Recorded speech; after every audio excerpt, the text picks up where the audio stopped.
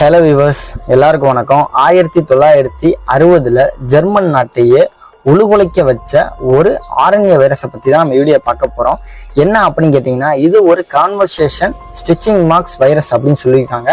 என்ன இதில் ஸ்பெஷல் அப்படின்னு கேட்டிங்கன்னா, ஒவ்வொரு நோய்க்கும் ஒரு அறிகுறி இருக்கும். அதே மாதிரி இந்த நோய்க்கும் ஒரு சில அறிகுறிகள் இருக்குது. இந்த அறிகுறிகள் ஃபுல்லாமே மற்ற அனைத்து நோயோடையும் ஒத்து போகும் அப்படின்னு சொல்லியிருக்காங்க. ஆனால் இதில் ஒரு குறிப்பிட்ட ஒரு அறிகுறி மட்டும் எந்த நோயோடையும் ஒப்பிட முடியாது. இன்னொன்று, இதுவரைக்கும் இந்த மாதிரி ஒரு நோய் வைரஸ் மூலமாக கிரியேட் ஆகுதா அப்படின்றது மருத்துவத்துறையே நடுநடுங்க வச்சு. என்ன அப்படின்னு கேட்டிங்கன்னா, இந்த நோயோட அறிகுறி என்ன கேட்டிங்கன்னா, இந்த நோய் பரவுன ஒரு 5 நிமிஷத்துலேருந்து 1 வீக் வரையும் கடுமையான தலைவலி இருக்கும். இன்னொன்று, எலும்பு முறிவு ஏற்பட ஆரம்பிக்கும். மூட்டுகள்லாம் பயங்கரமாக வலிக்கும். மூட்டில் இருக்க ஜாயிண்டில் இருக்கக்கூடிய ஜவ்வுகள் எல்லாமே கிளிய ஆரம்பிக்கும்.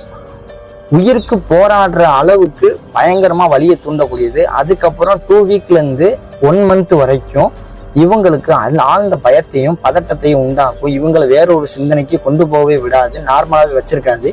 இதனாலேயே உலகத்திலேயே இந்த நோய் பாதிக்கப்பட்ட 490 பேர்த்துல 230 பேர் இந்த பதட்டத்தாலே இறந்து போயிருக்காங்க அப்படின்னு சொல்லியிருக்காங்க. மீதம் உள்ளவங்க ஃபுல்லாமே 4-5 மாசம் வரையும் இந்த நோயோட வலியையும் வேதனையை தாங்கிக்கிட்டு உயிர் பிழைச்சதாகவும் ஒரு வரலாறு இருக்கு. இன்னொன்று, மற்ற நோயோட ஒத்துப்போக முடியாத அறிகுறி ஒன்று சொல்லியிருப்பேன். அந்த அறிகுறி என்ன அப்படின்னு கேட்டிங்கன்னா, எந்த ஒரு வைரஸ்லையும் இல்லாத அறிகுறி என்ன அப்படின்னா, இவங்க உடம்புல இருக்க ஸ்கின்ல ஃபுல்லாமே அடிப்பட்ட தழும்பு மாதிரியான காயங்கள் உருவாக ஆரம்பிக்கும்.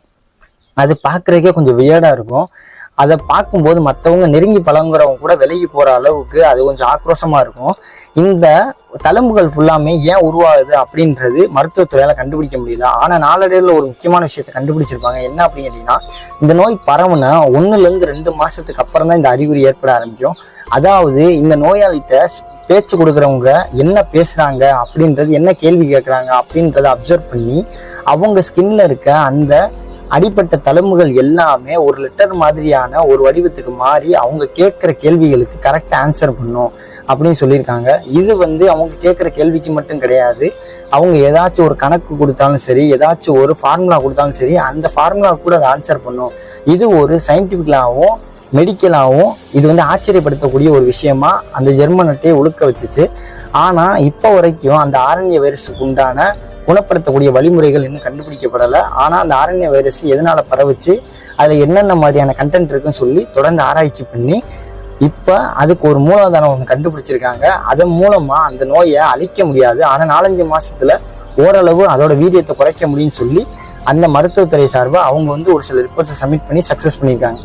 தேங்க்யூ.